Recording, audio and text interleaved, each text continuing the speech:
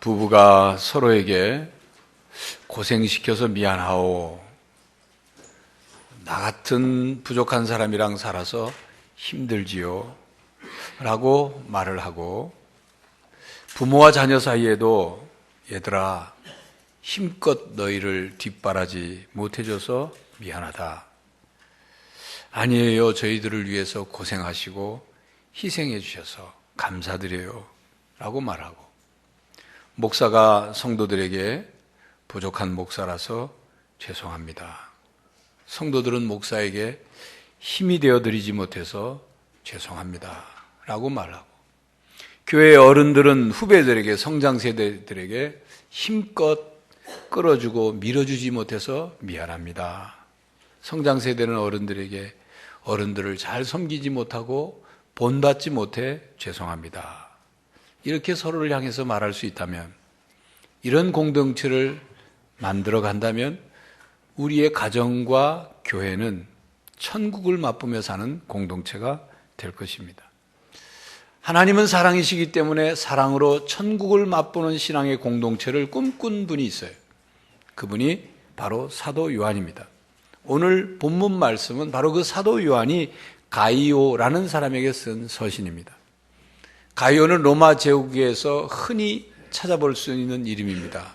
신약 성경에도 보면 가이오라는 이름의 인물이 많이 등장하는데, 그 많은 신약 성경에 등장하는 가이오라는 인물이 요한 3서에 등장하는 이 가이오와 어떤 사람이 동일한 인물인가 하는 것을 찾기는 확실치가 않습니다.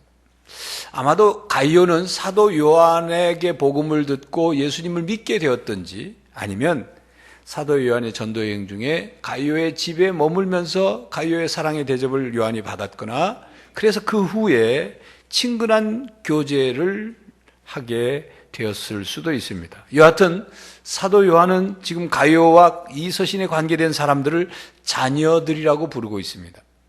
영적인 아버지와 영적인 자녀의 관계로 말씀하고 있죠. 영적인 아버지가 영적인 자녀들에게 사랑으로 권면하는 말씀, 요한 3서입니다. 작은 이에게 작은 것부터라는 목회표로 2013년을 시작했습니다. 여러분이 아시는 것처럼 금년은 우리 교회가 창립한 지 60주년이 되는 해입니다. 금년에 우리 교회의 모습을 다시 한번 점검하고 미래를 향해서 어떤 준비를 해야 하는가, 어떤 변화를 시도해야 하는가 하는 것을 찾아야 하는 해입니다. 우리 교단총회에서는 작은 자들을 가난한 이들, 다음 세대, 장애인, 다문화 가족, 그리고 북한 동포를 작은 이의 대상으로 규정을 했습니다. 경제적으로, 사회적으로, 신체적으로, 그리고 문화적으로 소외되어 있고 고통을 겪고 있는 이들을 작은 이로 규정하고, 그들에게 관심을 갖고 그들의 친구가 되어주고 그들을 돌보고 그들에게 사랑을 베풀고 도와주는 교회가 되어야 한다는 것이죠. 이 뜻을 받아들여 우리 교회가 무엇을 해야 하는가, 또 우리 교회가 할 수 있는 것이 무엇인가, 거기에 초점을 맞춰야 할 것입니다. 오늘은 다음 세대를 위해서 우리가 무엇을 시작해야 하는가 하는 것에 초점을 맞춰 말씀을 드려야 합니다. 세상은 급변하고 있습니다. 교육 환경은 더욱 어려워지고 있습니다. 디지털 시대, 스마트폰 시대, 우리의 다음 세대, 지금 성장 세대들은 기성 세대들과 사고 구조가 다릅니다. 코드가 다릅니다. 문화가 다릅니다. 그들에게 어떻게 우리의 신앙을 전수해 줄 수 있을까? 우리도 서구 교회처럼 쇠퇴해 가는 것은 아닌가? 이건 고민을 넘어서서 위기 앞에 우리가 직면해 있습니다. 그렇다고 한순간에 변화를 일으킬 수 있는 것이 아니고 한순간에 문제를 해결할 수 있는 것이 아닙니다. 하나씩 해결해 나가야 하는 거죠. 우리 오늘 말씀을 통해서 먼저 사도 요한이 영적인 자녀들을 위해서 무엇을 했는가, 그것을 깨달아서 다음 세대를 위해서 우리가 해야 할 가장 기본적이고 중요한 것을 깨달아 보고자 합니다. 먼저 사도 요한은 가이오를 포함한 영적 자녀들을 위해 기도했습니다. 본문 2절은 우리가 잘 아는 말씀이죠. 사도 요한은 영적인 자녀들을 위해서 이렇게 기도했습니다. 사랑하는 자여, 내 영혼이 잘된 같이 내가 범사에 잘되고 강건하기를 내가 간구하노라 기도했습니다. 부모는 자녀들을 위해 기도해야 합니다. 사도행전 10장에 보면 고넬료라는 백부장이 나오죠. 그는 로마 사람, 이방인입니다. 그런데 그가 하나님을 잘 믿었어요. 이스라엘 땅 가이사랴 지역에 주둔하고 있었는데 그 성경의 기록을 보면 그는 하나님을, 이방인이었지만 하나님을 믿고 하나님께 기도도 열심히 하고 자기 동족이 아닌 이스라엘 백성, 로마 사람으로서 이스라엘 백성들에게도 열심히 구제하는 사람이었기 때문에 하나님이 기억하시는 바 되었더라라고 기록하고 있죠. 그래서 하나님께서 사도 베드로를 고넬료의 집에 보내주셨습니다. 고넬료는 사도 베드로가 오는 것을 어떻게 준비했느냐? 자기 가족, 자녀, 친척, 친구들까지 다 불러가지고 자기 집에서 사도 베드로의 말씀을 듣기 위해서 준비시켰어요. 사도 베드로가 말씀을 전하자 그곳에 성령 하나님이 임하셨어요. 거기에 모인 모든 고넬료의 가족, 친척, 친구들 모두에게 성령이 임하시고 그리고 그들이 다 세례를 받은. 자, 고넬료가 평소에 하나님께 기도를 많이 했다고 하는데 어떤 기도를 했을까요? 물론 자기가 하고 있는 일에 대한 이런저런 기도했겠죠. 그 중에 자기 자녀들을 위해서 기도했을 것입니다. 그 기도가 있었기 때문에 사도 베드로의 말씀을 들을 때 고넬료의 자녀, 고넬료의 가족 전부에게 성령 하나님이 임하고 그 가정의 구원이 임하게 된 거죠. 어느 책에 보니까 기도에 이슬에 젖게 하라라는 글이 있어요. 그 글은 부모들이 자녀들의 그 마음과 영혼에 기도에 이슬이 젖게 해야 한다는 그런 내용이에요. 기도의 이슬이란 뭐냐? 자녀들을 위해서 부모가 기도하면서 눈물을 흘릴 때 그 눈물, 그것이 기도의 이슬이라는 거죠. 그 내용은 이런 것입니다. 어릴 때 엄마가 자녀를 위해서 눈물을 흘리며 기도를 하는 것을 보고 자란 자녀는 절대 잘못되지 않는다. 기도하는 아빠의 음성을 들은 자녀들은, 들으면서 자란 자녀들은 그들의 영혼에 은혜가 늘 머물러 있다. 기도는 보약과 같고, 그래서 부모가 자녀를 위해서 기도하는 기도는 많이 하면 할수록 그 기도의 힘이 두고두고 자녀들에게 미친다. 그렇습니다. 부모인 우리들이 하나님을 믿는다면 기도하는 게 당연한 거예요. 자녀를 위해서. 또 기도하면 하나님께서 도우시고 응답하신다는 사실을 자녀들에게 보여줘야 하는 것입니다. 신앙의 선배는 신앙의 후배를 위해 기도해야 합니다.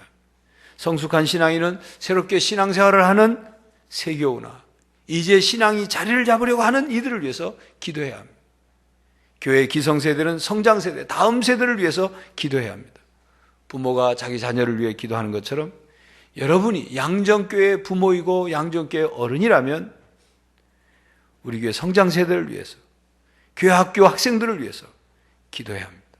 여러분들이 여러분의 자녀를 위해서는 기도하지만 우리 교회 학교 학생들을 위해서 기도하지 않는다면 여러분은 이기적인 기도를 하고 있는 거예요. 교회를 사랑한다면, 주님의 명령을 기억한다면 교회 학교 학생들과 교사들을 위해 기도해야 합니다. 우리 모두가 할 수 있는 것, 우리 모두가 꼭 해야 하는 것, 아주 적은 것 같지만 아주 중요한 것, 돈이 없어도 할 수 있는 것, 바로 그것이 기도입니다. 교회 여러분, 신앙의 후배를 위해, 세교우들을 위해, 그리고 자녀들을 위해서, 교회 학교 다음 세대를 위해서 기도해야 합니다. 그들에 향한 사랑이 기도로 나타나야 합니다. 그렇다면 사도 요한은 영적인 자녀들을 위해서 뭘 하고 기도를 했을까요? 사도 요한은 가이오를 포함한 영적 자녀들을 위해서 전인적인 복, 온전한 복을 받기를 기도했습니다. 2절 말씀, 사랑하는 자여 내 영혼이 잘됨 같이 내가 범사에 잘되고 내가 강건하기를 간구하노라. 사도 요한은 가이오가 영혼이 잘됨 같이 강건하기를 구했어요. 사도 요한의 기도는 영혼이 잘되고 그 영혼이 잘된 것처럼 몸도 잘 건강해야 된다. 이걸 기도한 거예요. 여러분, 이거 아주 중요한 기도입니다. 우리는 이 두 가지가 다 건강해야 돼요. 영혼도 건강해야 되고 몸도 건강해야 돼요. 사도 요한은 영혼이 잘 되는 것처럼 몸도 건강할 뿐만 아니라 그 중간에 영혼이 잘 되는 것처럼 범사가 잘 되고 강건하기를 간구했습니다. 간구하는 내용의 우선순위가 먼저 너희가 건강하기를 원한다. 그러면 모든 범사가 잘 될 것이고, 그리고 난 다음에 영혼이 잘 되기를 바란다. 이 순서가 아닙니다. 하는 일이나 환경이나 육체의 건강의 문제보다 영혼의 평안함, 영혼의 온전함, 영혼의 건강함이 먼저라고, 그걸 먼저 구했어요. 영적인 평안함과 영적인 온전함과 영적인 건강함 없이는 하는 일과 환경과 육체의 강건함을 바랄 수 없다 이 얘기죠. 범사에 평안하고 육체의 강건함, 이건 하나님과의 올바른 관계에서 오는 자연스러운 결과입니다. 우리가 하나님의 진리 안에서 살 때 이러한 복을 누리게 되는 거예요. 이게 바로 전인적인 복인 것입니다. 사도 요한은 영적인 자녀들을 위해서 그들이 전인적인 온전한 복, 영혼과 범사와 몸이 다 잘 되기를 기도했다 그 말입니다. 오늘 말씀을 보면 사도 요한의 기쁨이 있었어요. 사도 요한의 기쁨은 영적인 자녀들이 진리 안에서 행한다는 소식이었습니다. 본문 3절 4절을 제가 봉독하죠. 형제들이 와서 내게 있는 진리를 증언하되 내가 진리 안에서 행한다 하니 내가 심히 기뻐하노라. 내가 내 자녀들이 진리 안에서 행한다함을 듣는 것보다 더 기쁜 일이 없도다. 가이오의 관심은 진리 안에서 행하는 것이었습니다. 사도 요한은 가이오와 그 영적인 자녀들이 진리 안에서 행한다는 소식을 듣고 너무 기뻤던 거예요. 그것이 사도 요한의 기쁨이고 즐거움이고 행복이었어요. 왜냐하면 그렇게 사는 것이 영혼이 잘 되고 범사가 잘 되고 강건해지는 길이기 때문에, 그것이 진정한 행복을 누리는 길이기 때문에. 여러분, 사람을 기쁘게 하는 것은 여러 가지가 있습니다. 돈이 우리를 기쁘게 해요. 또 맛있는 음식이 우리를 기쁘게 합니다. 좋은 친구와 즐거운 시간을 갖는 것, 그것도 우리를 기쁘게 해요. 뭐 어떤 사람은 책을 읽을 때, 어떤 사람은 음악을 들을 때, 어떤 사람은 취미생활을 할 때 기쁨을 누리기도 합니다. 사람마다 다를 수 있어요. 그런데 이것은 우리의 가치관과 연관이 되어 있습니다. 사도 요한을 기쁘게 하는 것은 그의 영적인 자녀들이 진리 안에서 행한다는 소식, 그 소식을 들으니까 너무 기뻐요. 제일 기쁨이었다 이거. 사도 요한이 무엇을 가장 귀한 것으로 여기느냐, 무엇을 가장 우선순위에 두고 있느냐, 그걸 보여주는 거예요. 가치관과 우선순위죠. 어떤 농부가 틈틈이 시간이 날 때면 나무를 깎아가지고 그릇을 만들었어요. 그 그릇을 만들어서 모아가지고 시장에다 내다 팔아가지고 생계에도 좀 도움이 됐어요. 그러면서 그는 내가 만든 이 그릇이 누군가의 식탁 위에서 맛있는 음식을 담아서 먹게 된다는 그런 아주 그거에 보람을 느꼈어요. 그러던 어느 날 농부가 나무를 역시 깎아서 나무 그릇을 만들고 있는데 지나가던 한 사람이 그 농부를 보고 빈정대는 투로 말을 했습니다. 그렇게 해서 돈이 얼마나 법니까? 그게 좀 돈이 됩니까? 그렇게 말했어요. 그랬더니 농부가 그에게 대답했습니다. 나는 지금 돈을 만들고 있는 것이 아니라 행복을 만들고 있습니다. 농부와 지나가던 사람과의 가치관이 다른 거예요. 농부는 물론 나무로 만든 그릇을 만들어서 팔아 돈도 벌지만 그걸 누가 식탁에서 그 그릇을 사용해서 맛있는 음식을 먹을까? 이것 때문에 행복한데 지나가는 사람은 돈 되나 안 되나? 받으면 얼마나 받으나? 돈 생각만 해요. 여러분, 어떤 사람은요, 다른 집에 가서 그 집에 화분에 꽃이 예쁘게 활짝 핀 거 보면 어떤 사람은 야, 참 예쁘다. 이렇게 말하는 사람이 있는가 하면 보자마자 저거 얼마 주고 샀어요? 이리 묻는 사람이 있어요. 겨울이 돼서 어떤 사람이 겨울 파카를 새로 싹 입고 나타나면 그 친구들, 그 이웃들 모인 사람들 가운데 야, 참 잘 어울린다. 야, 참 따뜻하겠다. 이렇게 말하는 사람이 있는가 하면 어떤 사람, 그 얼마짜리야? 어디 거야? 어디 유명 브랜드냐 이거예요. 그거 묻는 사람이 있어요. 가치관의 차이인 거예요. 온통 관심이 돈, 온통 관심이 뭐 어떤 메이커냐 아니냐, 명품이냐 아니냐. 부모가 어디에 가치관을 두고 사느냐에 따라서 자녀를 통해서 얻는 기쁨이 다른 거예요. 부모가 돈에만 가치관을 두면 우리 애는 돈 잘 버는 직장, 돈만 많이 벌어오면 된다. 그거만 생각하는 거예요. 부모가 학벌에만 가치관을 두면 우리 아이는 어떻게든지 대학 가야 되고 대학원도 나와야 되고 박사를 따야 되고 그거에만 관심이 있어요. 그리스도인은 진리 안에서 사는 것을 가장 귀한 것으로 거기에 가치를 둬야 돼. 그걸 우선순위에 둬야 된다. 진리 안에서 행하는 것을 기쁨으로 여긴다는 것은 곧 영혼이 먼저 잘 되고 그래서 범사가 잘 되고 몸이 강건해지는 것, 이런 확신이 있는 사람만이 그 진리 안에서 행하는 것을 제일 우선순위로 둘 수 있는 것입니다. 우리는 진리 안에서 행하는 삶을 기쁨의 근원으로 삼아야 합니다. 고통이 따르고 어려운 문제가 일어나더라도 진리 안에서 행하고 진리를 사랑하는 것에 우선순위를 두는 성숙한 신앙인이 되기를 바랍니다. 그래서 우리의 자녀들, 다음 세대들에게 진리 안에서 행하는 것이 무엇인지를 보여주고 가르치는 그런 성도들이 될 수 있기를 바랍니다. 여러분이 여러분의 자녀들이 진리 안에서 행할 수 있도록 도와주기 위해서 구체적으로 어떤 일을 하고 있습니까? 다음 세대를 위해서 우리는 무엇을 해야 되냐? 그들이 진리 안에 살 수 있도록 무엇을 해야 되느냐? 사람을 키우는 것입니다. 교육은 사람을 키우는 거예요. 사람을 키우려면 투자를 해야 합니다. 이 투자는 오래 걸리는 투자예요. 한 번 투자해서 끝나는 게 아닙니다. 관정재단 이종환 명예이사장은 올해 나이가 90세입니다. 작년 연말에 어느 신문에서 본 기사입니다.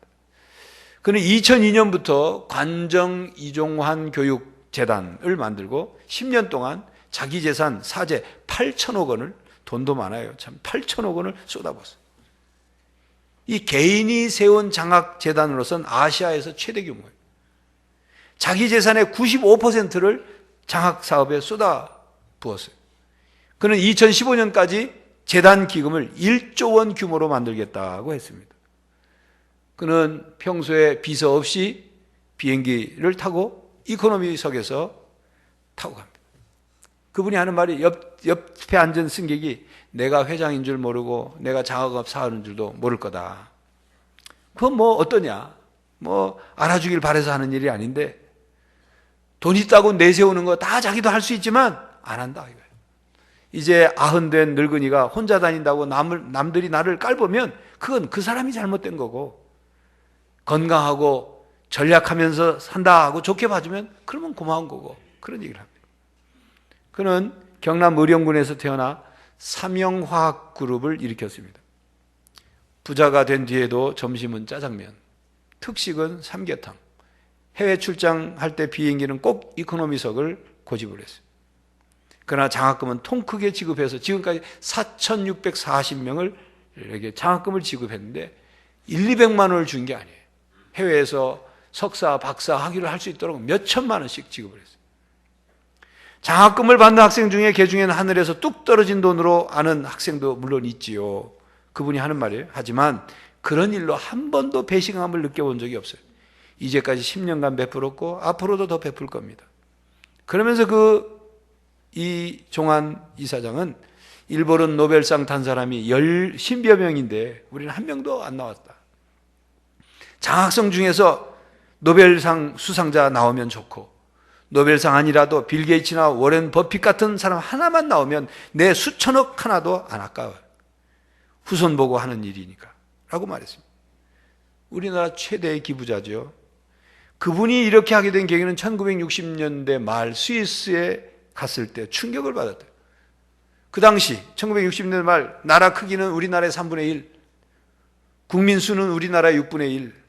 그 당시 1인 국민 소득이 우리나라의 40배에서 50배 돼요. 60년대 말에. 자원이 없는 나라인데 어떻게 이런 나라가 될 수 있는가를 살펴보니까 결국 사람에게 투자해야 되겠더라 하고 깨달았다는 거예요. 그래서 그때부터 돈을 벌어서 투자하기 시작한 거예요. 장학재단을 하려고 계획을 하고. 그분이 이런 말을 합니다. 돈 벌어서 쌓아두면 재벌이라는 말을 듣기는 하겠지만 그 말밖에 더 듣겠느냐. 사람 키우는 일에 난 쏟아붓겠다. 여러분, 이 얘기를 들으면 여러분 가운데 이런 생각할 거예요. 그 사람은 돈이 많으니까 몇 천억씩 그렇게 하지. 여러분, 돈 많다고 다 그렇게 하는 게 아니에요. 돈 많이 가지고 살면서도 거지같이 사는 사람이 있어요. 예? 돈 많이 가지고 있으면서도 돈 없다고 세금 떼먹고 배째라 하는 사람이 있어요. 지난해 전직 가수인 션과 탤런트 정혜영 부부가 모 프로그램에 나와서 기부에 대한 이야기를 했습니다. 많은 사람들이 그들의 이야기를 듣고 감동했어요. 그들이 컴패션이라는 그 기관을 통해서 아프리카 우간다에 있는 어린이들을 계속 돕고 있는데, 또 북한에 있는 아이들도 돕고 많이 도와요. 근데 그 자기들이 돕는 어린이들 가운데 한 여자아이가 커서 우간다의 첫 국회의원이 됐다. 그게 보람이라는 거예요. 한 달에 45,000원씩 후원을 하는데, 한 아이에게. 그 돈이 없었으면 전혀 교육 혜택도 못 받고 그냥 빈민가에서 그냥 그렇게 끝날 아이였는데, 그렇게 보내고 나니까 교육을 받고 자라나서 국회의원이 된 거예요. 그게 보람이라는 거죠. 여러분, 우리가 돕고 우리가 후원하고 우리가 키우고 우리가 투자하는 그 학생이 다 국회의원이 돼야 된다, 그런 뜻이 아니에요. 우리의 조그만 도움이라도 받아서 그들의 삶에 조그만 변화, 조그만 성장이 있다면 그만큼, 우리가 키운 만큼, 우리가 투자한 만큼, 우리가 양육한 만큼 그만큼 사회가 바뀌는 거예요. 그게 하나님의 뜻을 이루어 가는 거죠. 우리는 이종환 명예회장처럼 큰 돈을 기부해서 할 수는 없지만 그러나 힘을 모으면 되는 거예요. 예수님께서 부활하신 후 40일 동안 이 지상에서 제자들을 마지막 마무리 훈련하셨죠. 그리고 승천하시기 전에 지상 명령을 주셨습니다. 마태복음 28장 19절 20절 말씀이죠. 내가 너희에게 분부한 그러므로 너희는 가서 모든 민족으로 제자로 삼아 아버지와 아들과 성령의 이름으로 세례를 주고 내가 너에게 분부한 모든 것을 가르쳐 지키게 하라. 또 내가 볼지어다 내가 세상 끝날까지 너희와 항상 함께 있으리라 하시니라 는 말씀. 여기서 너희는 가서 모든 민족을 제자로 삼으라 이 말씀을 다른 말로 하면 예수님 닮은 사람을 키워라, 그 말이에요. 예수님의 제자들이 예수님을 닮은 제자가 되었으니 이제는 또 그 제자를 닮은 제자를 삼으라. 예수님 닮은 사람 만들라, 그 말이죠. 오늘 성경 말씀으로 표현하면 진리 안에서 살아가는 사람으로 키워라, 그 말입니다. 진리 안에서 살아간다는 것은 하나님 앞에 세우는 것입니다. 다음 세대를 위해서 우리가 해야 할 것은 우리의 그 다음 세대, 우리의 자녀들, 우리 다음 세대를 하나님 앞에 세우고 그들이 하나님 앞에서 살아가도록 하는 거예요. 하나님과 함께하는 삶을 살도록 하는 거예요. 진리 안에서 살아가도록 하는 거예요. 예수님처럼 하나님 앞에 살아가도록 하는 거예요. 교회 학교에서 이루어지고 있는 신앙교육이 가정과 함께할 때 그것이 온전해집니다. 부모가 살아계신 하나님 앞에서 살아가는 모범을 보여야 자녀도 살아계신 하나님을 믿어요. 부모가 하나님이 살아계신지, 하나님을 두려워하는지, 하나님을 사랑하는지 그걸 살면서 보여줘야 자녀가 보고 배우고 삶을 통해서 경험하는 거예요. 여러분, 부모가 자기는 책 안 읽으면서 애한테만 책 읽어라 하면 책 안 읽어요. 애 앞에서 책 읽는 것을 보여주면 애도 따라서 책 가져와서 옆에서 읽습니다. 부모가 나쁜 습관, 자기의 나쁜 습관은 고치지 않으면서 자녀에게만 나쁜 습관 고쳐라 그러면 안 고쳐요. 잔소리만 듣죠. 가정 공동체가 가장 중요한 신앙교육의 장이에요. 그래서 가정예배가 중요한 것입니다. 여러분, 지난해 가정예배를 드리겠다고 결심한 가정들이 지금도 가정예배를 잘 드리고 있습니까? 만약 시작을 했는데 중간에 흐지부지 됐다면 다시 시작하시길 바랍니다. 이 자리 잡는 게 어려운 거예요. 정해진 날, 정해진 시간 계속 드리는 거, 이 자리 잡는 게 어려운 거예요. 다시 시도하십시오. 가정에서 온 가족이 하나님께 예배하면서 하나님의 말씀을 읽고 하나님께 기도하고 하나님을 찬송하면서 서로 신앙을 공유하는 거예요. 네가 믿는 하나님, 내가 믿는 우리 가족 모두가 같은 하나님을 믿는다. 우리 가정은 하나님을 믿는 가정이다. 우리 가정은 하나님 앞에 살아가는 가정이다. 우리 가정은 하나님 말씀 따라 살아가는 가정이다. 그걸 예배를 통해서 서로 확인하고 고백하고 경험하는 거죠. 가정에서도 그렇지만 교회에서도 마찬가지입니다. 교회 어른들이 좋은 신앙의 본을 보여야 교회 학교 학생들도 보고 배우죠. 교회 어른들이 주일날 그냥 모였다가 그냥 흩어지면 교회 학교 아이들도 학생들도 그냥 교회는 그냥 주일날 모였다가 흩어지나 보다 그래요. 모여서 기도하고 봉사하고 서로 사랑하고 이런 모습을 보이면 그대로 배우는 거죠. 세교우들도 마찬가지입니다. 교회에 등록한 세교우들은 처음 교회에 나와서 교회가 뭐 하는 곳인가, 어떻게 교회 생활을 해야 되는가, 신앙생활을 어떻게 해야 잘하나, 이걸 눈을 크게 뜨고 본단 말이죠. 그리고 본대로 배우는 거예요. 교회 예배 드리러 올 때 신앙의 선배들이 성경 찬송을 가지고 오지 않는다면, 그 성경 찬송을 들고 오는 것을 봐야 세교우들도 교회 올 때는 성경 찬송이 필요하구나, 성경 찬송을 사든지 준비를 하든지 할 것 아닙니다. 근데 빈손으로 와가지고 신앙생활 한 지 10년 20년 됐다는 신앙의 선배가 빈손으로 와서 저 뒤에 비치용에서 쓱 빼가지고 예배를 드려요. 개인적인 어떤 사정에 의해서 못 가져올 수 있겠죠. 그게 무슨 요령 있는 신앙생활인 줄 알고, 그게 잘못된 신앙이라는 사실을 모르고 그렇게 신앙생활을 하면 여러분 세교우들이 그대로 배우는 거예요. 비치용 성경은 나를 위해서 놓은 거구나 생각하고 그렇게 예배드리는 거예요. 그래 되면 나중에 어떻게 되느냐, 우리 교회 저 비치용 성경을 우리 교인 수만큼 비춰놔야 돼요. 신앙생활의 자세에 대한 거예요. 성경책 안 가져온다고 구원 못 받는 거 아닙니다.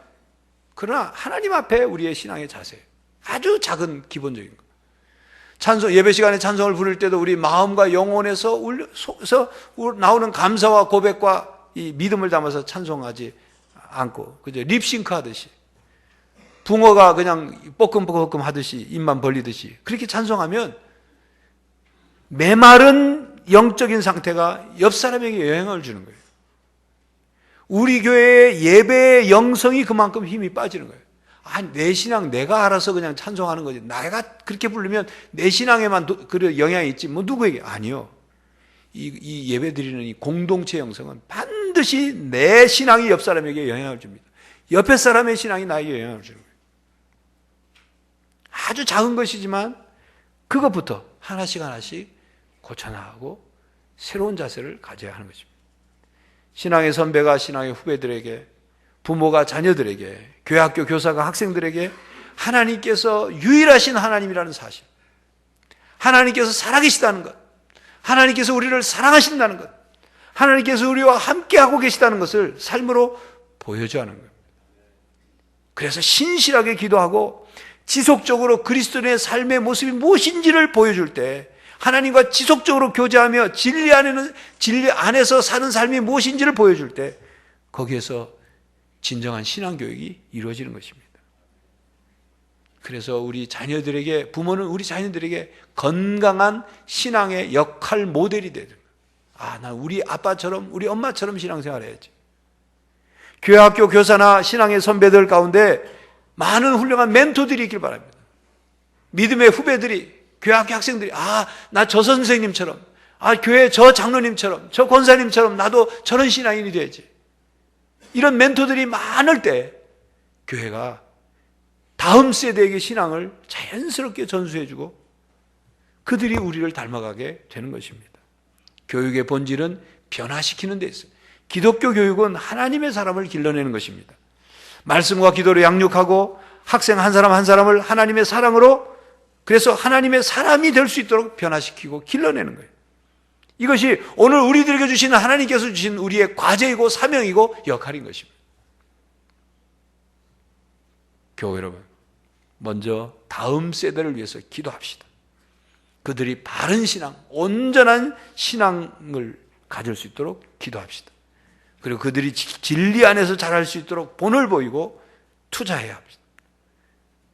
여러분들이 좋은 본이 되어주고 훌륭한 멘토가 되어야 합니다. 그래서 우리 세대에서 신앙이 끊겨지지 않고 우리보다 더 훌륭한 신앙인, 우리보다 더 그리스도를 닮은 그리스도인들이 많이 나오는 그런 교회와 성도들이 되시기를 간절히 바랍니다.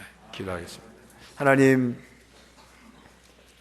시대의 급격한 변화와 또 반복음적 기독교적인 문화들이 우리의 성장 세대들의 마음을 빼앗고 그들로 하여금 신앙에서 멀어지게 하고 있는 때 우리의 믿음을 어떻게 다음 세대, 성장 세대에게 전해줄 수 있을까?